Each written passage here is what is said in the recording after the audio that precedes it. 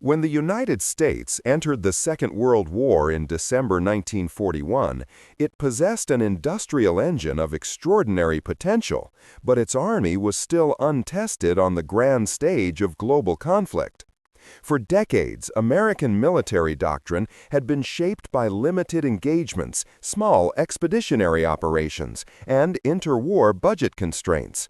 The nation had manpower, industry, and resolve, yet it lacked something Germany had refined through years of relentless campaigning, battle-hardened experience. By contrast, the Wehrmacht in late 1941 and early 1942 represented one of the most formidable land forces ever assembled. German units had perfected rapid maneuver warfare in Poland, France, and the opening phases of Operation Barbarossa. Their officers were confident, their doctrine polished, and their expectations of Allied ground forces, especially the Americans, were low. Many German commanders believed the U.S. Army would require years to become a serious threat. The first major clash between the U.S. Army and German forces would reinforce this assumption. In February 1943, at Kasserine Pass, American units suffered a harsh and highly publicized defeat. Poor coordination between infantry, armor, and artillery led to disorganized defensive lines. Communication failures spread confusion. Command structures faltered, and logistical planning proved insufficient for fast-paced desert warfare. German field commanders observed these shortcomings closely, noting that American troops often reacted slowly to sudden tactical shifts and lacked cohesion under pressure. Yet buried beneath the chaos of Kasserine was a truth few recognized at the time. The Americans had not failed because they were incapable, only because they were inexperienced. And unlike many armies that collapsed under early setbacks, the U.S. military possessed a unique cultural advantage. Its officers encouraged critical review, rapid adaptation, and open examination of mistakes. Lessons were not buried, they were dissected. In the weeks following Kasserine, training intensified on every level. Commanders rewrote procedures, units restructured lines of communication, supply officers revised transport flow. Junior leaders were empowered to make decisions quickly on the field. The emphasis shifted from rigid planning to flexible response, precisely the type of thinking needed against the agile German formations. Meanwhile, across the Atlantic, the U.S. industrial base began turning out vast quantities of equipment, vehicles, and munitions. But more importantly, the Americans learned how to use them effectively. Sherman tanks were redeployed with better infantry support. Artillery fire became more coordinated.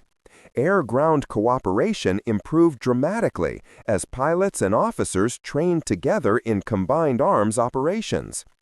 By the time American forces re-engaged the Axis in Tunisia a few weeks later, German field reports started to show something unexpected.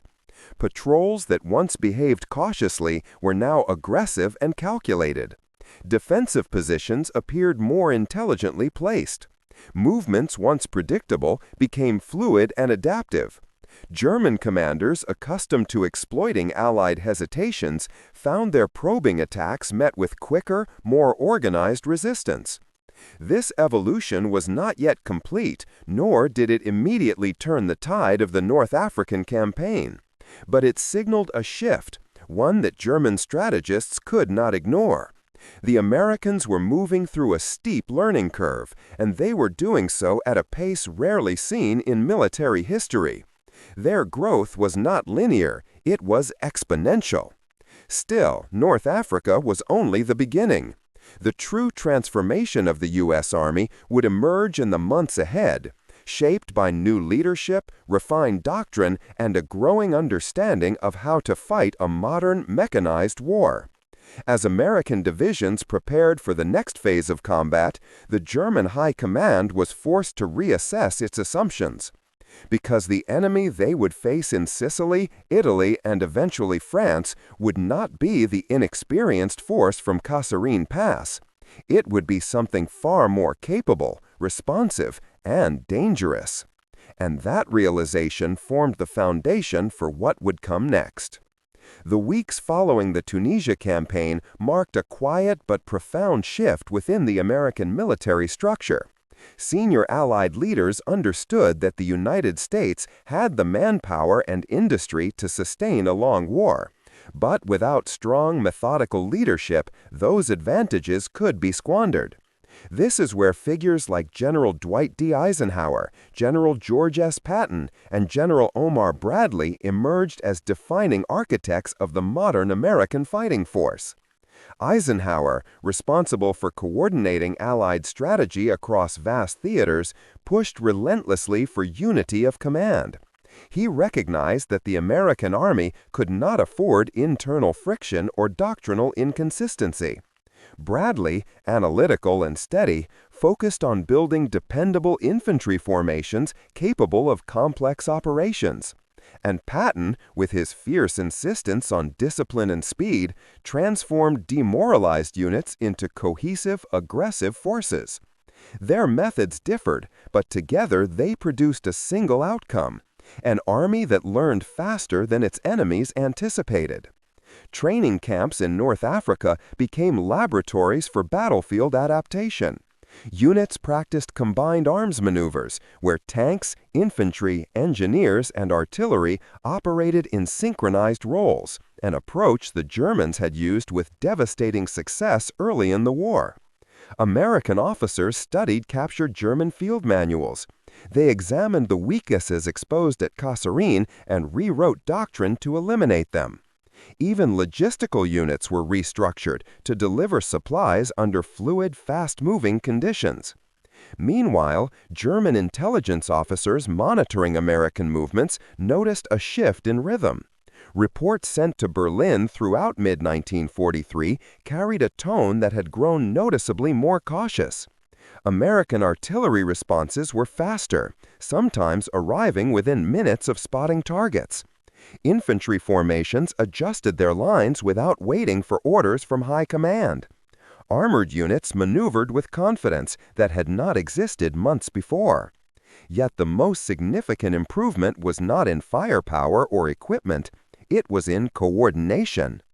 In earlier operations, American tank crews and infantry often fought separately, creating vulnerabilities that German commanders could easily exploit.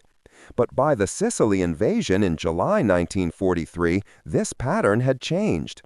Infantrymen began advancing behind armor in tighter formations, while engineers cleared paths through minefields with practiced efficiency. Even air support had grown more precise, operating in closer communication with ground troops. The Germans, who had once regarded American forces as tactically clumsy, now faced an opponent capable of executing complex maneuvers with a level of speed once associated with elite Wehrmacht units. This transformation continued through the brutal Italian campaign. Battles at Salerno, Anzio, and Monte Cassino tested American adaptability under some of the harshest conditions of the war: mountain warfare, entrenched positions, and relentless counterattacks. Each engagement produced new lessons. Each lesson produced new refinements. And with every refinement, German commanders saw their window of advantage narrow. By late 1943, German officers stationed in Italy began noting a recurring pattern. The Americans adjust rapidly. Enemy coordination is improving daily. Their response times are now equal to our own. This did not mean the Germans respected the Americans in the same way they respected British veterans or soldiers hardened on the Eastern Front. But it did mean that the assumption of American inferiority, so deeply rooted in early German assessments, was steadily eroding. As Allied planners prepared for the next monumental step, the invasion of France, the U.S. Army entered a new stage of development. It had moved beyond early mistakes, beyond organizational growing pains, and into a phase where adaptability became its core strength. Eisenhower's headquarters refined operational plans with meticulous attention.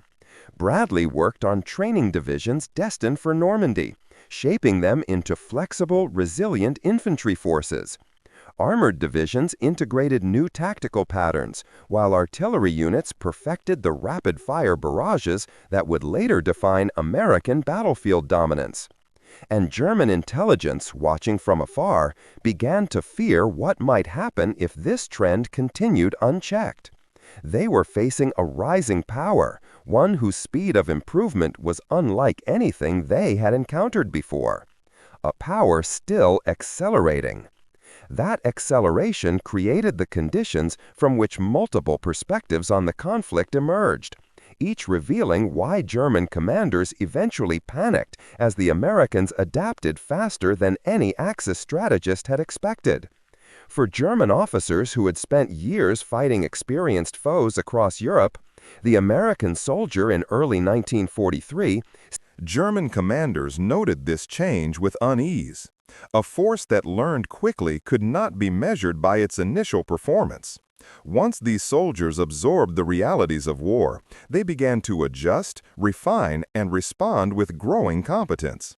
The raw recruits of Kasserine were evolving into seasoned fighters, ones who would challenge German expectations across every theater of the European war. And this human adaptability formed the foundation for an even deeper transformation. Angle 2. Tactical evolution, from disorder to coordinated precision. The early American failures stemmed from inexperience with fast, mechanized warfare. German armored units exploited predictable patterns, slow reactions, and poorly synchronized movement. But by mid-1943, American divisions displayed a drastically different battlefield presence. Army doctrine shifted from rigid, pre-planned maneuvers to fluid decision-making driven by real-time observation. Infantry platoons learned to identify and bypass strong points instead of attacking them head-on. Sherman tanks, once deployed in small, ineffective groups, now advanced in coordinated lines supported by artillery and engineers. Artillery units equipped with superior communication systems responded with remarkable speed, often delivering accurate barrages within minutes of receiving coordinates. This rapid integration of combined arms became a decisive factor. German tanks like the Panzer IV and the feared Tiger remained potent, but American forces countered them not by matching armor thickness, but through coordination.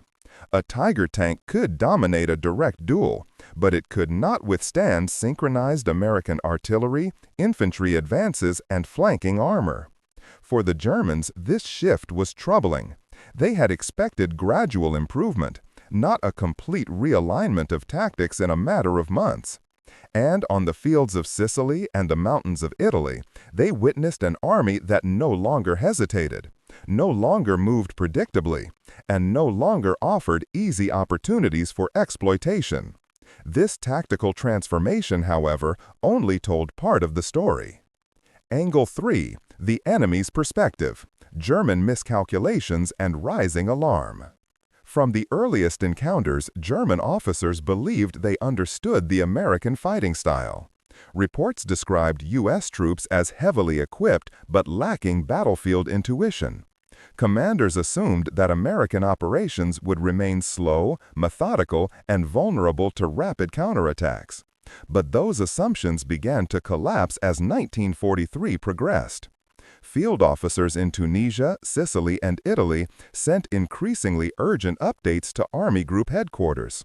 Messages noted that American response times were shortening dramatically. Artillery coordination had become uncomfortably precise, according to one German battery commander. Patrol units that once avoided confrontation were now engaging aggressively, using terrain more creatively. Even American supply lines, once a source of weakness, had become models of efficiency. What troubled the Germans most was that these improvements appeared suddenly. There was no long build-up, no gradual adjustment. The Americans seemed to leap from novice to capable opponent within a single campaign. This defied the German expectation that real skill required years of continuous fighting. By late 1943, German staff officers began to recognize a dangerous pattern. Every time the Americans encountered a new challenge, they returned with an improved solution. Their army was evolving faster than the German High Command could update its assessments. And this realization set the stage for the next set of angles, technological, leadership-driven, and operational, that would reshape the entire course of the war. While German commanders often viewed warfare through the lens of battlefield maneuver and tactical finesse, the Americans approached it with a broader industrial and technological mindset. Their advantage was not limited to tanks or rifles. It extended to communication networks, transport systems, and logistical capacity unmatched by any other Allied power. American field radios became one of the most decisive tools of the war. Unlike German units, which frequently relied on runners, limited radio availability, or wired communications vulnerable to shell fire, U.S. forces used compact, reliable radios at nearly every level of command. This allowed infantry, armor, and artillery to coordinate with a speed that astonished German observers. Even more significant was the logistical machine operating behind the front. American engineers built roads, repaired bridges, and moved fuel and ammunition with remarkable efficiency. Supply convoys arrived faster, more consistently, and in greater volume than German planners believed possible. When units shifted positions, their support elements moved with them seamlessly, ensuring frontline soldiers never lacked the essentials needed to maintain operational tempo. This technological and logistical harmony created an adaptable force, capable of adjusting instantly to battlefield challenges. German officers, who often struggled with overstretched supply lines and broken communications, found themselves facing an opponent whose technological backbone removed many of the friction points of war. It was a quiet advantage, but a decisive one, setting the stage for even larger transformations. Angle 5. Leadership and Command Philosophy, Patton, Bradley, and the American Mindset. If technology provided the tools, leadership provided the direction. The transformation of the U.S. Army was shaped profoundly by the doctrine and personality of its commanders. Patton demanded speed, aggression, and relentless discipline. Bradley insisted on clarity, predictability, and sound judgment. Eisenhower unified Allied power under a single coherent strategy. But beneath these individual differences lay a shared philosophy: flexibility over tradition. American generals encouraged initiative among junior officers. Platoon and company leaders were trained to recognize battlefield problems and solve them independently rather than waiting for orders. This approach was fundamentally different from the German model, where experienced NCOs were vital, but strategic decisions flowed from tightly controlled command structures. German officers soon discovered that American attacks no longer followed predictable sequences. If a plan failed, American commanders revised it quickly. If terrain created obstacles, they improvised solutions. If German counterattacks exposed a weakness, U.S. units responded with new defensive patterns the next day. This leadership philosophy turned American formations into learning organisms. Each failure became a blueprint for improvement. Each improvement became a new challenge for German defenders. What unnerved German commanders most was not American aggression, but the capacity to rethink, reorganize, and return stronger after every engagement. Leadership had reshaped the U.S. Army into a force that evolved continuously. Angle 6. Operational transformation, from isolated actions to a coherent war machine. Early in the war, American battles often felt disjointed, separate units fighting separate engagements with limited operational unity. But by late 1943 and into 1944, a new pattern emerged. American armies executed multi-division operations with synchronized timing, shared intelligence, and continuous logistical support. This coherence, rare among new armies, was a direct threat to German defensive planning. German High Command relied heavily on identifying an enemy's weak points and exploiting gaps between units. But the Americans increasingly did not leave such gaps. Their operations transitioned from fragmented engagements to tightly integrated campaigns. During the Italian campaign, German commanders observed that American divisions rotated seamlessly, maintained pressure across broad fronts, and coordinated artillery and air support with improving precision. By the time planning began for the Normandy invasion, the U.S. Army had become a fully modern force, mechanized, flexible, and capable of executing complex operational designs that matched or exceeded German expectations. This operational maturity alarmed German strategists more than any individual battle. It meant that the Americans were no longer merely reacting to German moves. They were shaping the battlefield, dictating tempo, and forcing German units into a defensive posture from which improvisation became difficult. And this rising American competence would reach its dramatic turning point on the coast of France, where German commanders discovered, too late, how deeply their opponent had transformed. June 6, 1944, Normandy, France. In the early hours of the morning, as the surf broke against the cold, jagged shoreline, the German defenders of the Atlantic Wall braced for an assault they believed they understood. Their intelligence estimated that the Americans, though increasingly organized, would still struggle with the immense complexity of an amphibious landing. They expected confusion, slow reaction times, fragmented landings, and opportunities to disrupt the invaders before they could consolidate. But what they witnessed on D-Day defied those expectations. The American assault waves at Utah and Omaha Beach did not unfold perfectly. Nowhere in Normandy did the operation go exactly according to plan. But what shocked German commanders was the Americans' ability to adjust instantly to failures, terrain obstacles, and advanced deeper into the Cotentin Peninsula with precision. In the airborne sectors, improvised groups of paratroopers repelled determined counterattacks and held critical terrain necessary for the success of the beach landings. Reports sent to the German 7th Army headquarters reflected growing disbelief. Enemy coordination increasing despite disrupted landings. American infantry showing rapid adjustment to defensive positions. Counterattacks failing to halt enemy movement. German commanders, such as General Friedrich Dahlmann and Field Marshal Gerd von Rundstedt, quickly recognized the danger. They had assumed the Americans would require time to stabilize after landing. They expected hesitation and disorganization. Instead, they saw an army that had mastered the very skill the Germans once believed to be their exclusive strength, adapting tactics instantly under pressure. As the day progressed, the Americans leveraged their logistical and technological strengths, bringing heavy equipment ashore with astonishing speed. German counterattacks failed to break the expanding beachhead. Foggy expectations of American weakness evaporated under the harsh reality of an opponent who learned faster than pre-war doctrine suggested any army could. As the day progressed, the Americans leveraged their logistical and technological strengths, bringing heavy equipment ashore with astonishing speed. German counterattacks failed to break the expanding beachhead.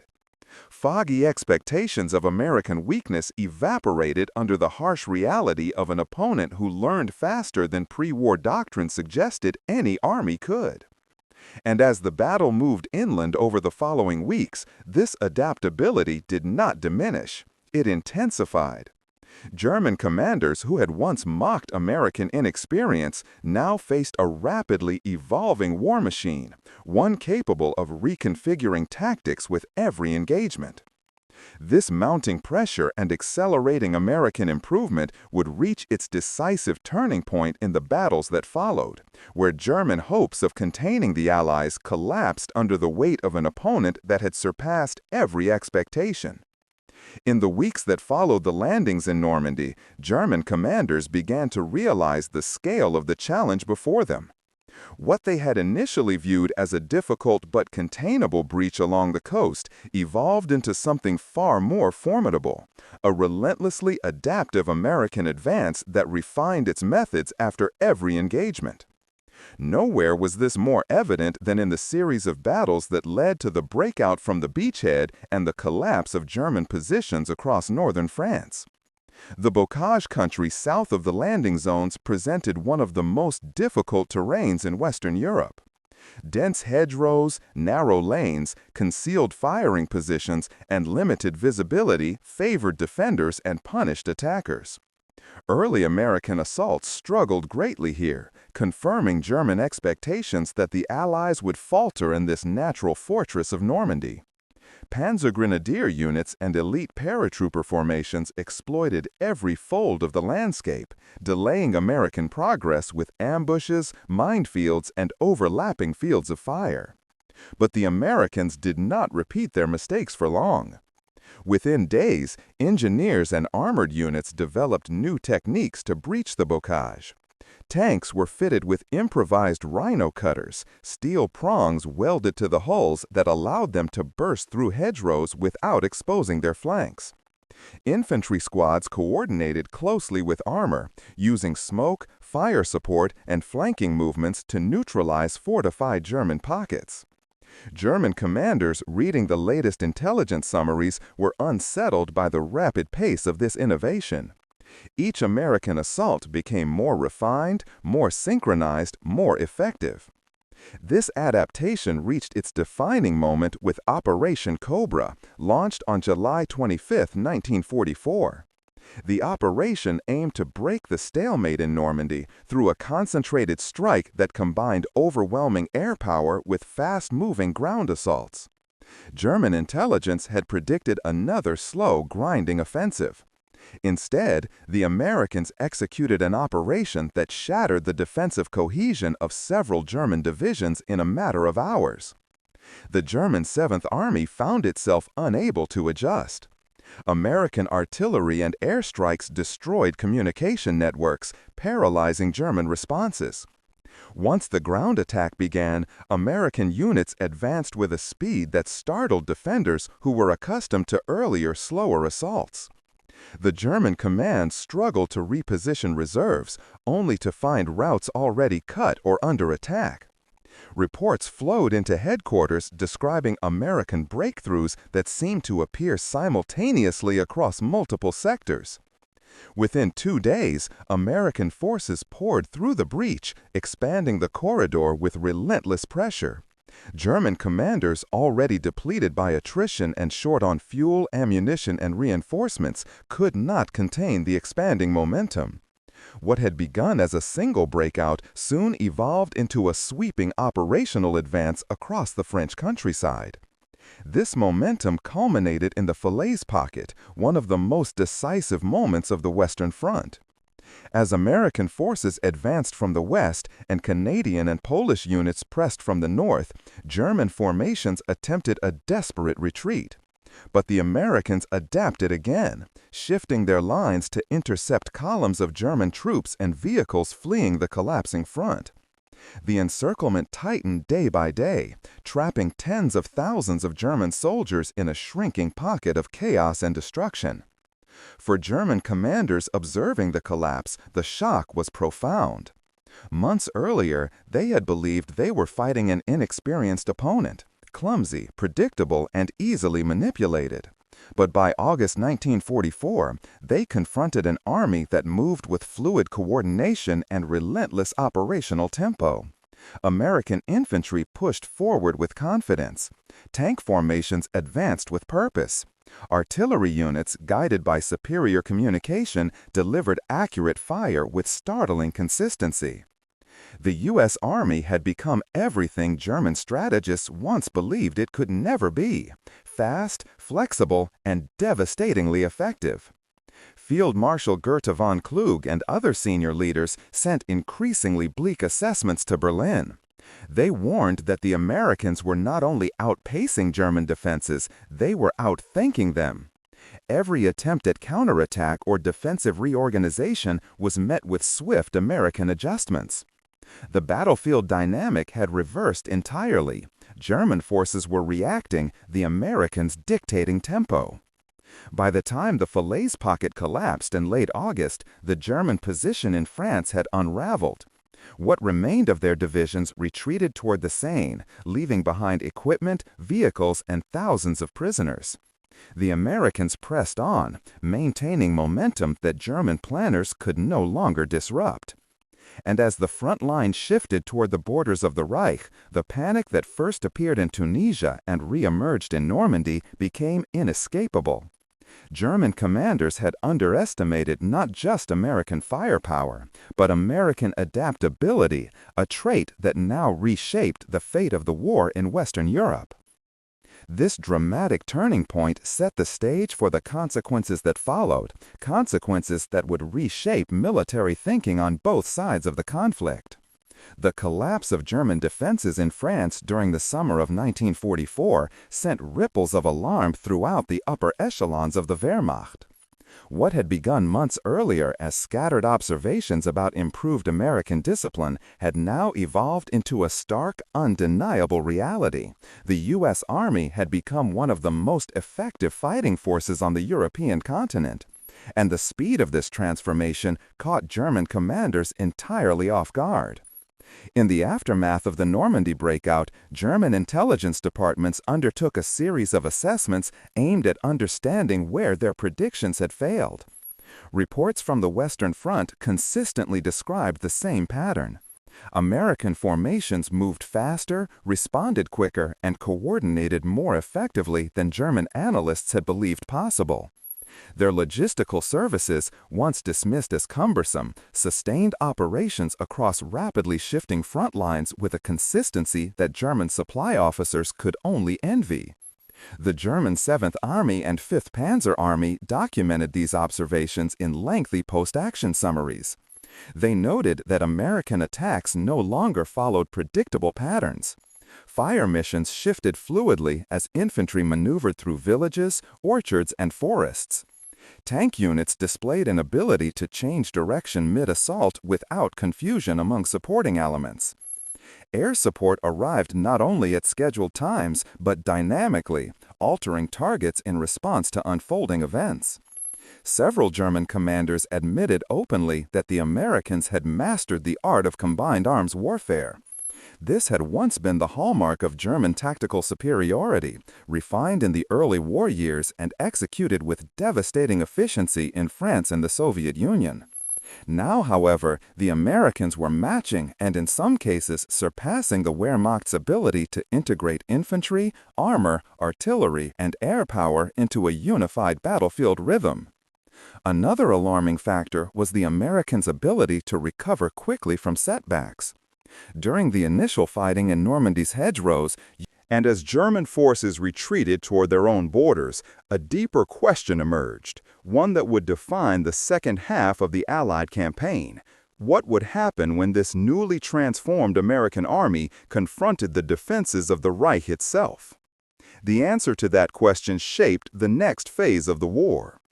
As the German armies withdrew across the Seine and retreated toward the fortified borders of the Reich, the psychological impact of American adaptability became increasingly evident.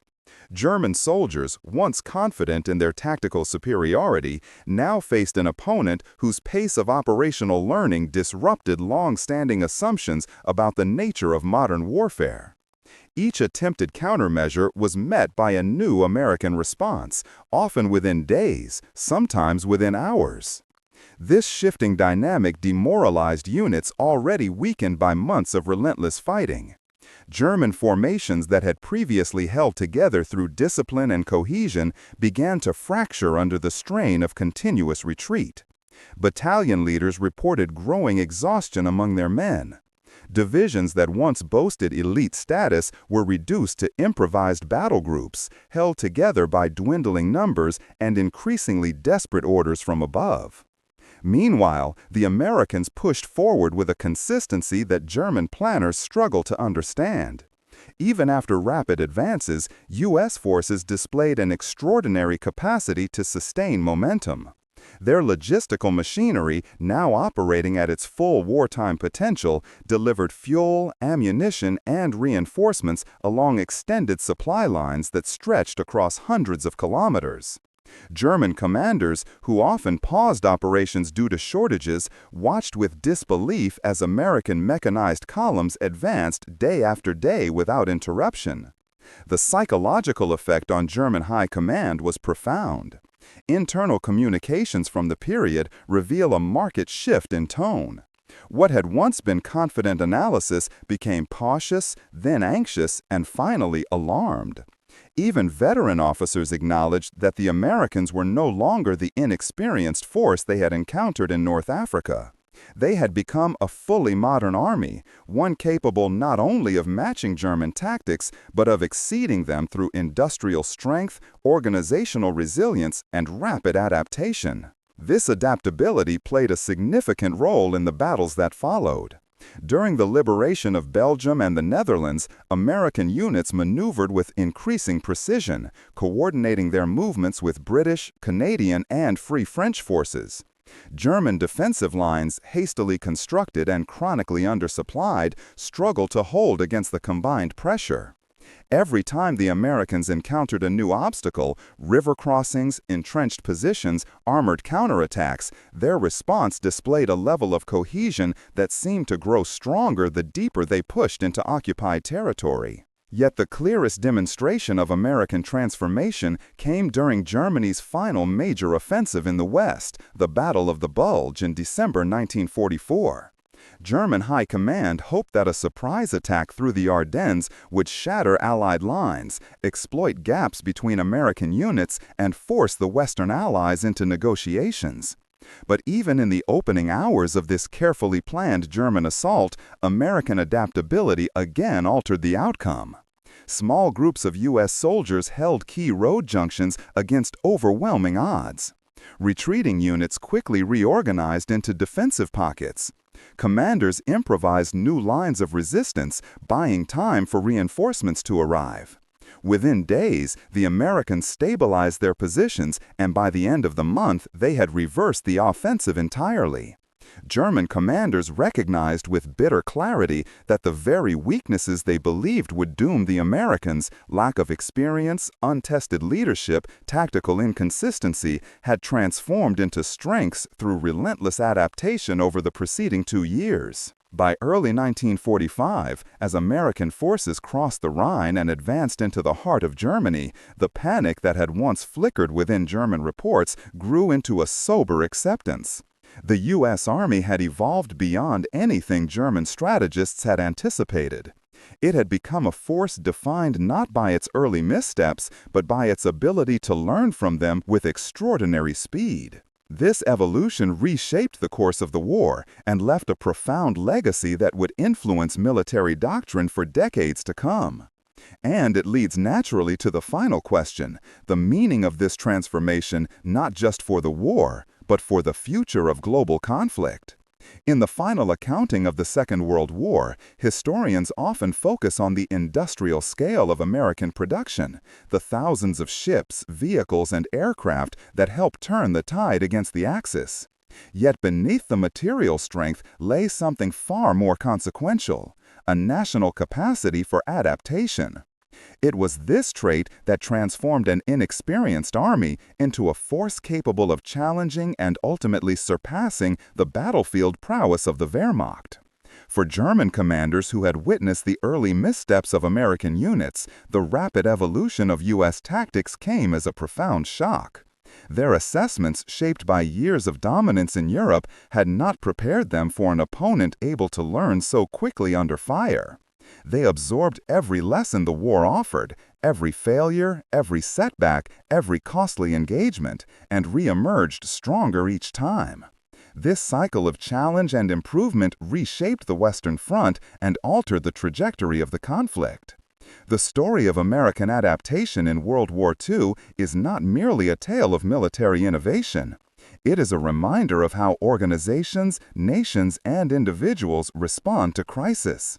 The Americans did not enter the war with a perfect doctrine or a seasoned army.